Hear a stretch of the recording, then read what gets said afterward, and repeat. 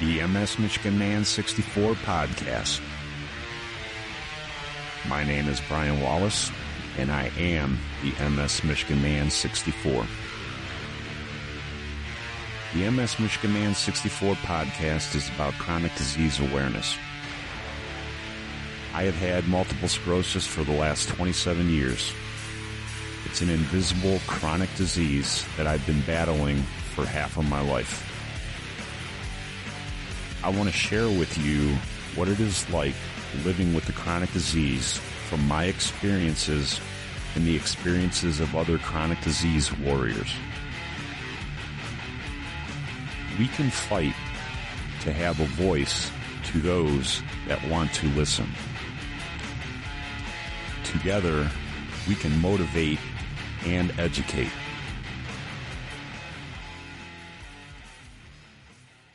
Hi, and welcome to the MS Michigan Man 64 podcast. Today, I am sitting down with another MSer. He is from the state of Pennsylvania, my neighboring state. Even though he's a Steelers fan, he wanted to come on just to help spread awareness about his MS diagnosis. Please welcome to the podcast, Steve. How you doing today, Steve? I'm doing very well, Brian, and thank you for having me. Oh, I appreciate you, buddy. Anybody that wants to come on and talk about their diagnosis just to help people understand, I am totally for that, and I appreciate you for doing that for me. So, Steve, when you got when you started going through your symptoms, can you kind of take us through how old you were and, just kind of how it happened and what kind of started the red flags that something wasn't right? You knew something was going on with your health, and you went to a doctor to try to get it figured out. Yeah, Brian, that's actually a long, convoluted story, which the longer I've been treating for MS, the more I realize that that's actually fairly common. So I actually got diagnosed in March of 2020 was my official diagnosis. And I got diagnosed with primary progressive MS, which I think it's a minority of us that have that. I think 10 or 15% have the primary progressive type. Right. Yeah. But I had symptoms I was not aware until I had the diagnosis and had some dialogue about some things that were going on with me. I probably had some early symptoms, as early as 10 or 12 years prior to diagnosis. But my main symptoms were I started tripping. I started losing balance. I fell down the steps a couple of times. I was having hand-eye coordination problems that were inexplicable. I played a fair amount of sports growing up, and it wasn't like I was a star, but I was a pretty decent player. And it got to the point where I couldn't figure out why I was having trouble just basically throwing a ball in the air and hitting batting practice kind of ball. Yeah. My hand-eye coordination was off, and I was tripping all over the place. Yeah.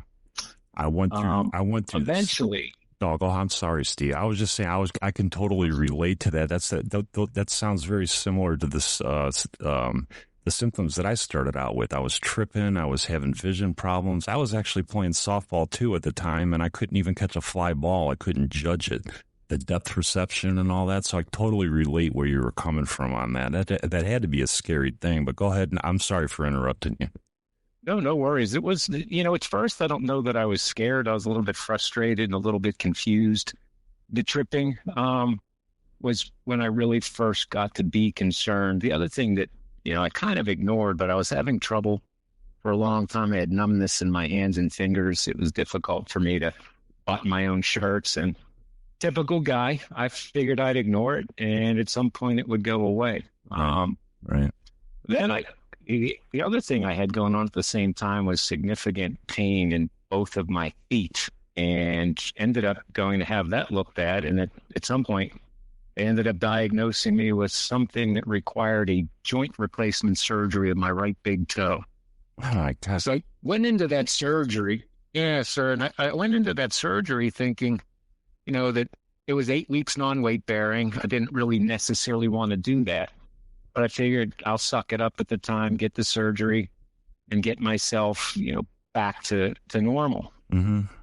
But as I became weight bearing at the end of those 8 weeks, I noticed that I had a general tightness in my right leg that no matter how much stretching I did, no matter anything that I did, I couldn't really get it to be loose. I was tripping even more. Mm-hmm. It was kind of at night, it would almost kind of, I don't know what the right term, but it would get super tight, and I'd almost have involuntary Like spastic. kind of convulsions of that leg. Yeah, the spasticity. Yeah. Kind of things. Yeah. Yeah. Yep. And at the time, I didn't know what that was or why that would be. Right. So I talked to the orthopedic surgeon, asked him if I could get some PT. And his initial response was, Steve, you really had a mangled foot for a long time. Your body probably unconsciously corrected to deal with that pain, and you're probably just out of alignment. Why don't we give it a couple of weeks and see what happens? Well, long story short, it never got better. Yeah. Went to physical therapy. Physical therapy wasn't helping it. Ultimately, I went to my primary care physician. Didn't really have much to say, kind of made the comment that the left side of your body is extremely strong. The right side of your body is not. I went to a relatively well-known orthopedic doctor, kind of a similar experience. Mm-hmm. And it was a family friend who was my chiropractor that actually began me on the journey of getting a diagnosis. No kidding. Wow. And I've heard that story too, that a chiropractor is the one that actually said to people that ended up getting diagnosed, hey, you got something going on neurologically. This is way beyond the skeletal system. You need to go and see a doctor. That's just really interesting that you went on down the same path. I do have a question for you, though. You're going through all this stuff with your feet. I'm blown away about the foot surgery thing. So they blamed your drop foot on a ligament, and they did a surgery on you, and do you think that surgery was completely unnecessary and that was actually an MS symptom all along, and they actually cut you open for nothing? No, I really don't, because initially when I got that kind of diagnosis, it was a podiatrist, and they had taken X-rays, and a friend of mine was in the pharmaceutical sales business, and she told my wife and I, you don't really want a podiatrist to do this. Recommended an orthopedic. They also did X-rays, and they showed me the films. The conversation about what was wrong was the same. Mm-hmm. The surgical intervention was different, and it did definitely alleviate. I was in severe pain for a long time with my foot. Okay, so it did help with that. I don't think that was, yeah. So I don't, the frustrating part was the fact that post-surgery, the primary care physician, another orthopedic doctor, that really people were telling me what I knew. Your leg is really tight. Your left side is strong. Your right side is weak. Mm-hmm. I didn't really need to come here to hear that. I think we were hoping that somebody would have somewhat of a solution or some more further diagnostics. And ultimately, the chiropractor is the one that said to me, hey, I've been working on you for a while. I've known you for a while. Yeah. Something isn't right. And he suggested I go to a physiatrist. And they did the nerve conduction studies. And off of that, the physiatrist said to me while I was there that you don't have nerve issues.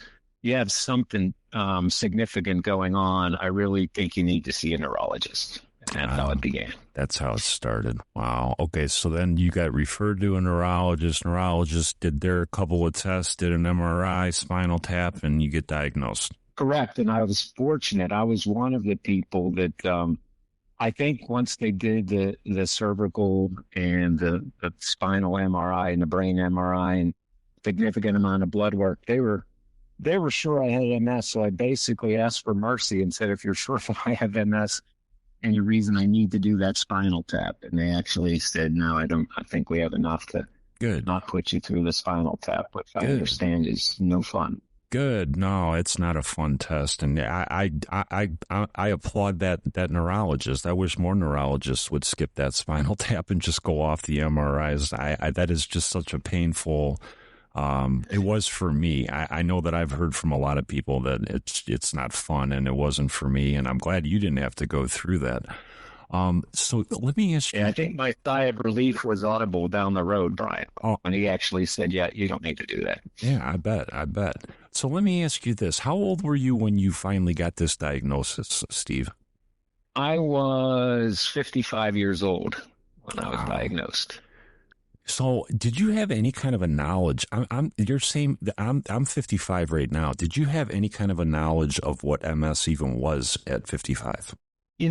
I didn't. I had my cousin's husband who was a dentist had MS. We weren't around each other much. I knew he had to stop practicing, but the understanding I had of it was because of hand dexterity. I didn't necessarily realize until later how many other symptoms were involved with MS. I think I'm like a lot of people, until you're touched by it, I didn't know much about it. All right. Yeah. And, and unfortunately, that's a sad reality that I've learned in the 27 years I've been dealing with this disease, is that, if you don't have somebody in your direct family or a direct friend, you don't really know a whole lot about the disease. And I wish people would just try to educate themselves a little bit more on different chronic diseases. I think it would definitely benefit them just to understand, what people go through. But let me ask you this, Mike. God dang it. I just called you Mike. Wow. That's okay. I've been called worse. I'm sorry. I have no idea why I even did that. But let me ask you this, Steve. When you got diagnosed, how did that affect you mentally, being 55 years old? And I mean, you're established already. I mean, you're 55 years old. You're at the downswing, getting ready to, enjoy the rest of your life. How did that affect your mental health when you got told that you had MS? And, being a 55-year-old, you knew that MS wasn't a good thing to get. I mean, how did that affect you mentally? You know what, Brian? I think I maybe had a different experience with getting that news for a couple of reasons. I was actually concerned that I had something much worse. And, when they started doing the MRIs, and some other people experienced with somebody who had ALS, I was actually very, very concerned that it was that, or potentially some sort of tumor in the spine. Mm-hmm. So when I originally got the call and they said it was MS, it was actually a bit of a sigh of relief for me. Mm-hmm. At that point, I wasn't sure what MS was going to, what effects it was ultimately going to have. But I felt like that had to be better than the other two options I was concerned about. Yeah. So it was a little bit of a sigh of relief, to be honest with you, for as long as I had in the back of my mind that these symptoms are probably something pretty sinister. Yeah.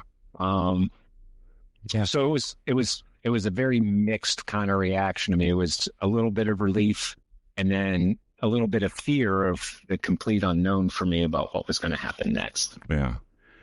So as you did start to wrap your head around the diagnosis, and you started to learn more and more, what was your outlook? You're I'm 55 years old. I got this disease now, and this is how I'm going to attack it. Because I know that everybody, they react different to this disease. When I first got it, and I was 27 years old, I didn't really know a whole lot about it. And when that doctor said MS, I was just kind of okay, well, that's fine. But what do we got to do now? Give me, And I mean, how did you react to that when you got told the MS and you're okay, well, I got it, and it's a relief that it's not ALS. So this is how I'm going to deal with it. This is how I'm going to attack it.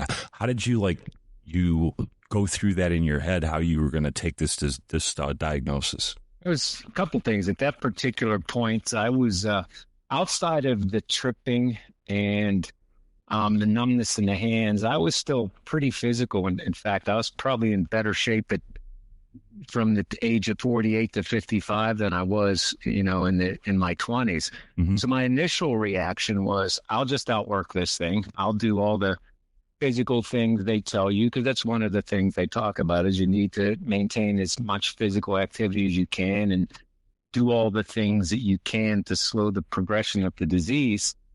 And, in my past life, I always felt like I'm going to just outwork this and I'll end up winning.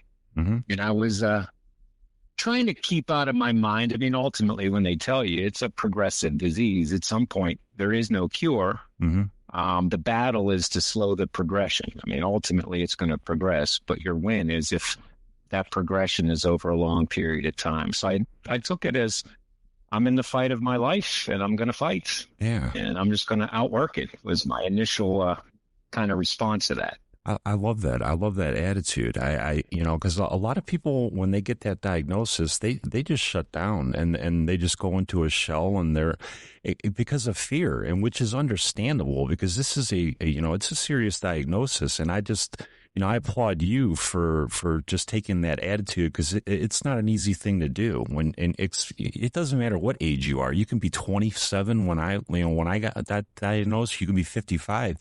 Either way, it is a big shock, and that's awesome that's the way that you accepted that. And so what? Okay, did they end up It wasn't that clean, though, Brian. To be honest, it never is. I mean, that was the overall outlook, but yeah, I had the support. I have a beautiful and tremendous wife who is very much kind of in my head about helping me get ready for the battle, and she also did a lot of different research and was a big part of pointing me in the direction of some things that might provide some relief or some additional knowledge so that we could fight it better. Yeah. That was my attitude, but there was a lot of fear behind that attitude as well. Oh, absolutely. And you already jumped to my next question. I was going to ask you about your support and your wife and all that. And I know that we had talked earlier and you had said that your wife is awesome. And I wanted to talk about that, because that is another important part of this disease too, is your support system, whether it is a husband, a wife, or even if you have kids, or if you're young and you have a mom and dad, just for them to understand that, this is a life-changing thing and they got to jump on board too, because if they don't, that's just not going to be good for the person that got diagnosed. So I'm glad that your wife did jump on board, and we could talk more about her. Like you said, that she did her research, and that's awesome too, because you got to learn about this disease, especially if you don't have any knowledge of it. And that's just awesome that she did that. No, it definitely helped a lot. And also, at the same time, I'm keeping the brave face, outward facing, but she's the one that ends up dealing with, the other fears and the unknowns. The diagnosis came right at about the time I was transitioning from, being part of a company that I originally started and was, running to people who bought it, to a year of non-compete and kind of taking a year off. And I, was sitting there thinking, I'm 55 years old. I'm essentially unemployed. Mm-hmm. I now have this progressive diagnosis. There was a lot of fear of, going forward in the future, and am I going to be able to maintain a similar type of living and be viable in the marketplace? Yeah. So let me ask you this, Steve, what did you do? Because that is another fear. When I got diagnosed, I was 2 years into my career with the state of Ohio, and that's a big thing that you have to really put a lot of thought into. Where you get diagnosed with a disease, where are you going to be 5 years from now? Where are you going to be 10 years from now? And, you already had an established business, and it affects everything. This disease affects everything, relationships, employment. And just talk to me a little bit more about how you managed that transition of being a business owner to, you're still employed. You figured it out. I want to talk about how you figured it out, because you figured it out quick too. Yeah, to be honest with you, I really didn't have any choice. At that particular time, I'd already made the decision that I wanted to go back out. I didn't really want to start another company with staff. I wanted to kind of take advantage of, I was in the same industry for 30 years at that point, had a number of relationships, felt like there was a niche in there that I could serve as a consultant. So I really didn't have any choice. I was already kind of committed to that. But a couple of things. I mean, 2020, when the diagnosis came, in some ways, that was in the COVID period. Mm-hmm. That also added an element of fear, because nobody really knew what was going to happen based on the state of the world. You throw the diagnosis in, a lot of things were up in the air. But for me, if there was a silver lining in that dark cloud, I had a lot of travel and walking issues that were starting to come on relatively quickly. And the way the world was functioning, that it became very normal for somebody like myself. It's a client forward guy that's supposed to be out in the marketplace meeting with people. it became normal over that period of a couple of years to have your meetings in a remote situation, Mm-hmm. which, to be honest with you, might have been the thing that allowed me to survive the first 2 years, with my new consulting business. Yeah. So that was my silver lining. That helped me quite a bit. Yeah, it was like a blessing in disguise, COVID. I mean, it was a very dark 4 years, but it actually helped you out. So kudos to you for that. That it actually helped you, and because I know now. So talk to me now about where's your mobility at? You said you got diagnosed with primary progressive right off the bat. Are you still able to walk? Are you using any kind of mobility devices? You name it. I'm kind of using them all, Brian. I should make a living testing today's mobility devices. So one of the things my wife found for me relatively early on, to answer the bigger question first, I walk, but I walk with a INS L300 on my right leg, a psionic neural sleeve on my left leg, and depending on how bad the day is, usually a cane or a pair of walking sticks. Mm-hmm. I probably at this point have maybe a 50 to 70 yard range of walking like that if things are flat. And if it's beyond that, I have a motorized wheelchair. So it's kind of a mixed bag. Yeah, you figure it out as needed. I'm kind of the same way, Steve. I have a cane. I have a walker and I have a wheelchair, and I just, it's based on my needs. If I'm going somewhere where I know it's going to be more than a 50-yard walk, then I got my wheelchair with me. But let me ask you this. I've been doing this 27 years, and I've had 27 years to adjust mentally to the mobility aids. And it wasn't an easy transition for me. When I was 45 and I first started using a cane, oh my God, I fought that. I was embarrassed. I'm a guy, right? I'm a big football player, right? I don't need a cane. Tell me, did you struggle using the devices? And if you did, how did you come over that struggle? Did you just say, you know what, screw it, I'm just doing it, or it just take me through your path on your mobility aids? Well, I was like you. I mean, at the end of the day, I was, when I got diagnosed, I was in great shape. I was always a person that was pretty physical. And it was a pride thing for me as well, pride and acceptance. So for the longest time, once, the COVID restrictions lifted, I really was embarrassed, like you said. So a lot of times as the world normalized and people were going out and about, and in my industry, people were, business is normal with a lot of face-to-face meetings and presentations.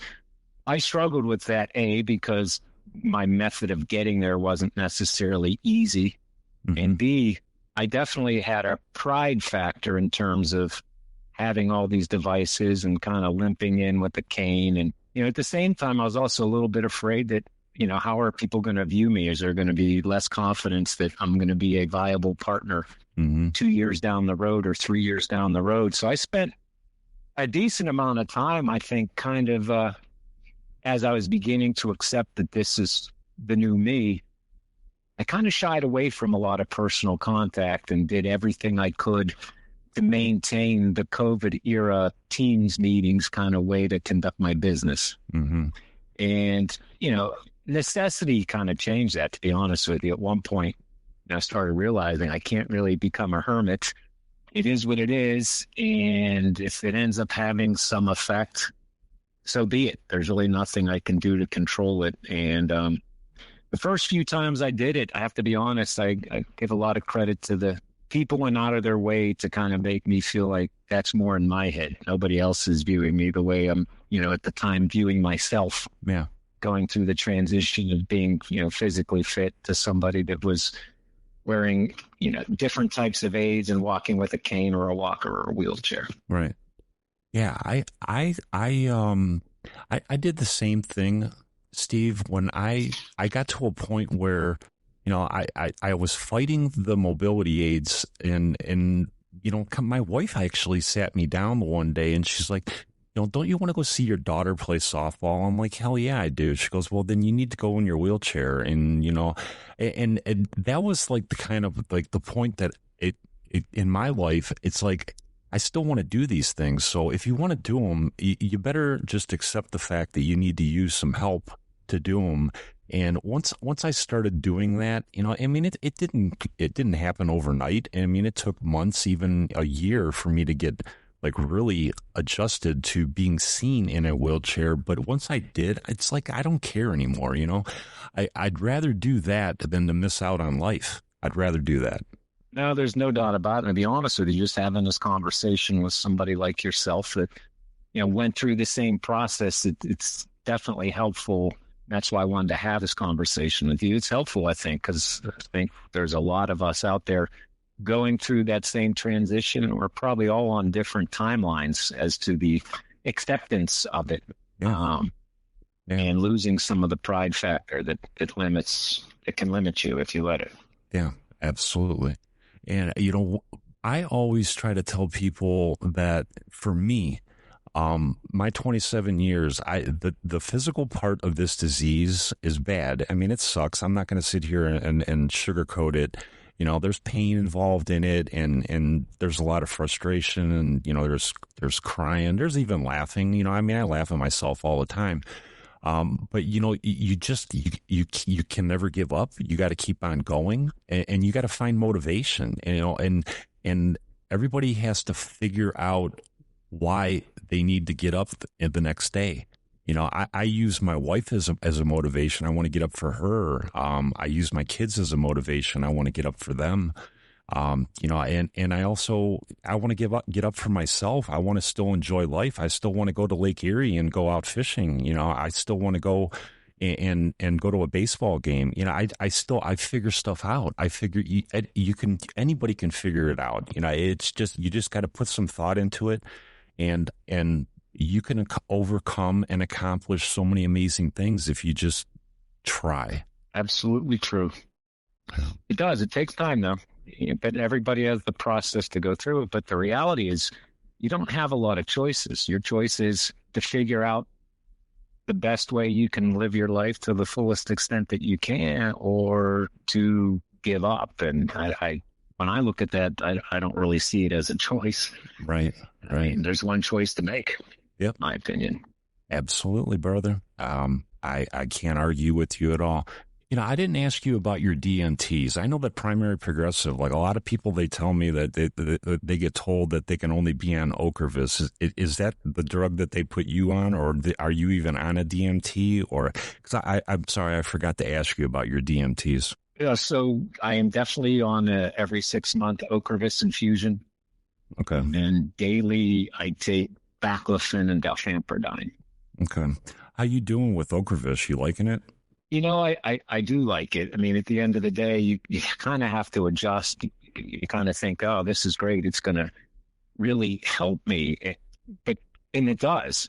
But the definition of help is it slows the progression of the disease. You don't necessarily, I think in my mind, I thought, I'm going to do these infusions and I'm going to get better to some degree, which really isn't the case. But I can say 5 years in, my symptoms continue to progress, and my walking has deteriorated quite a bit over that window. Mm-hmm.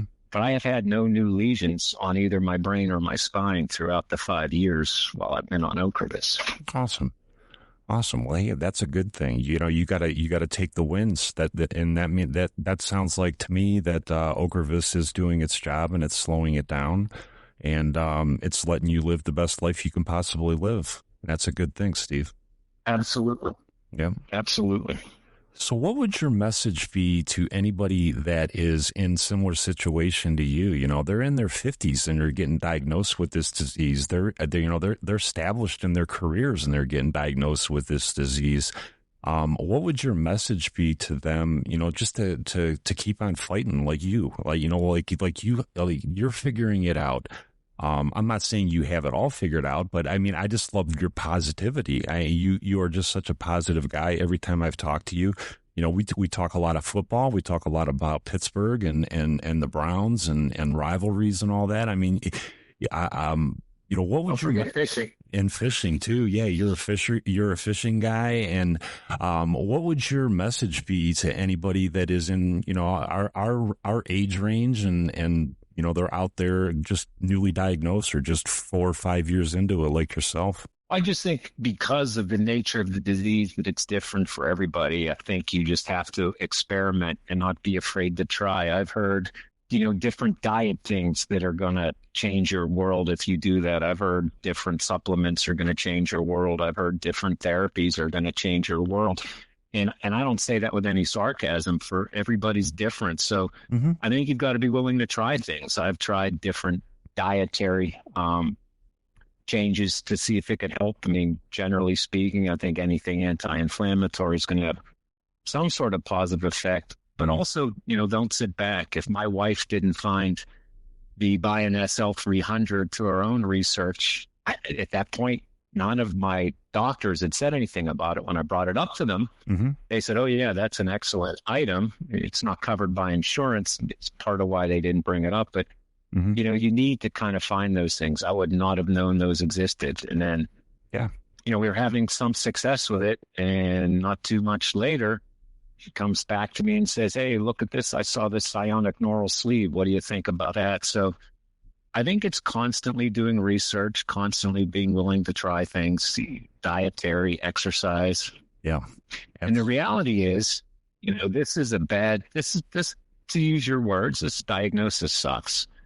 But there's a lot of people with a lot worse diagnoses. So I think you have to kind of take a look at everybody's dealing with something. These are the cards we've been dealt. So play your hand the best you can play it. Absolutely, brother. Man, I agree with you 1,000%. You couldn't have said it any better.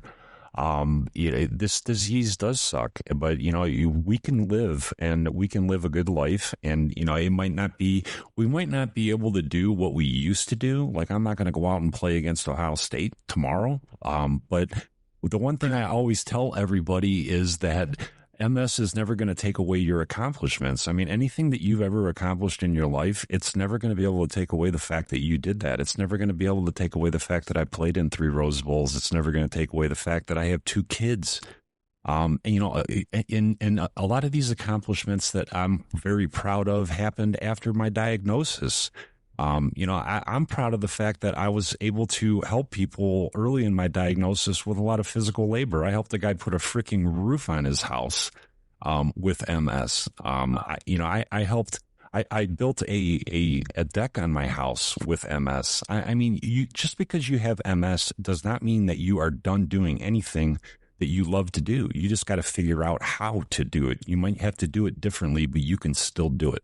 Absolutely. Yeah.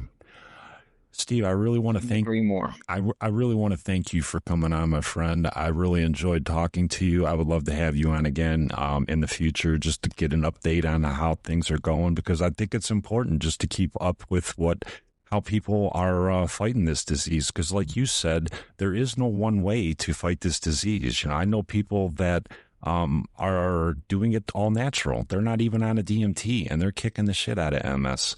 I don't think there's a right or wrong way to attack this disease. Everybody has to personalize it, like you said, and I really appreciate you for coming on and sharing your journey with me, buddy. I really appreciate you. Well, I appreciate the opportunity, and as I told you, part of my interest was I've really enjoyed what you have done, and some of what you've said in prior podcasts have really kind of hit home for me, and it has helped me quite a bit, so I appreciate that as well. I appreciate. I thank you for the kind words. I'm just, my whole thing is I just want people to hear it from other people. Because you're not going to. The easiest way to learn about this disease that I have found is to talk to people and get as much information as you can. Because you can read all the medical journals that you want, but I think getting it from a person that has the experience is a lot more beneficial, in my opinion. No, there's no doubt about it. It's. You couldn't have said it any better, sir. Yeah.